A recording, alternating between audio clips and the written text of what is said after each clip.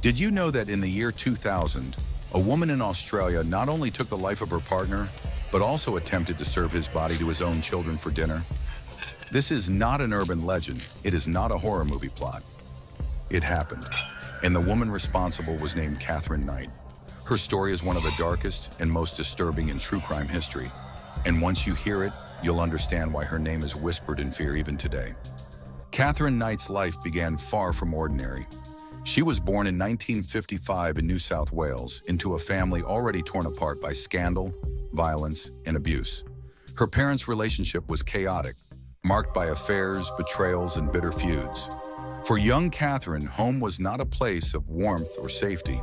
Instead, it was a place where yelling, threats, and physical violence were an everyday occurrence. At school, Catherine developed a reputation as a troubled child. Teachers described her as unpredictable, sometimes shy, other times prone to sudden violent outbursts. Classmates bullied her, and she lashed out with fists and rage. The seeds of her violent tendencies were planted early, nurtured in a household where aggression and cruelty were normal. As a teenager, Catherine dropped out of school, barely able to read or write, but she soon found work at a local slaughterhouse. For most people, it would have been a nightmare job, but Catherine seemed to thrive there. She learned how to skin, carve, and butcher with precision. Colleagues noticed how unnervingly comfortable she was with knives and with the sight of blood. Unlike others who left the slaughterhouse behind at the end of their shift, Catherine carried her work with her. She was gifted her own set of butcher's knives, which she treated like treasures. She polished them daily, hung them proudly above her bed, and even slept beneath them, as if they were silent guardians watching over her dreams. Her adult life was dominated by a string of volatile relationships, each one ending worse than the last. Her first marriage to David Kellett quickly spiraled into violence. On their wedding night, Catherine attempted to strangle him, furious that he had fallen asleep after only having sex 3 times. As the marriage continued, her behavior grew more terrifying. She attacked him with a frying pan, stabbed him with scissors, and threatened to kill him on multiple occasions. Other partners who followed would experience similar horrors. Catherine had an uncontrollable temper, and when jealousy took over, she became violent without hesitation. One man reported waking up in the middle of the night with Catherine sitting on top of him, pressing a knife to his throat. Somehow, despite her reputation, she always found another partner. Some were drawn to her passion, others convinced themselves her rage was temporary, but the pattern was always the same: charm followed by chaos, love followed by fear. By the late 1990s, Catherine had settled into a relationship with John Price, a man her friends called Pricey. He was a father of 3, well-liked by everyone who knew him, and considered reliable, hardworking, and good-natured. At first, their relationship seemed promising, but it didn't take long for the cracks to show. Catherine's jealousy and violent nature resurfaced, and soon John found himself trapped in the same cycle of abuse that had destroyed her other relationships. The couple's fights became legendary in their neighborhood. Friends and co-workers heard the screaming, saw the bruises, and listened as John confided his growing fear. He told them point blank that Catherine was going to kill him. He even went to the police seeking protection, but little could be done. Despite the warnings, despite the clear danger, John stayed.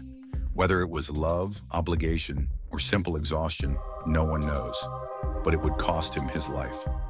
On February 29, 2000, a leap year night that should have been unremarkable, John Price returned home after work. He told his co-workers earlier that day that he feared he would not survive the night, and he was right. That evening, Catherine arrived at his house. The two had a meal, argued as usual, and eventually John went to bed. But while he slept, Catherine prepared for her final act of violence. With one of her beloved butcher's knives, she launched a brutal attack. John was stabbed at least 37 times. The wounds were so deep that many of them pierced vital organs. In a desperate attempt to escape, John stumbled through the house, leaving a trail of blood, but he never made it out. Catherine caught him, and the attack ended in silence. What happened next is almost beyond comprehension. Catherine, drawing on her years of experience in the slaughterhouse, skinned John's body with precision. She hung his skin from a meat hook in the home. But the horror didn't end there. Catherine cooked parts of his body, preparing meals as if she intended to serve them to his children. Plates were set, sides were prepared, and food was arranged on the table.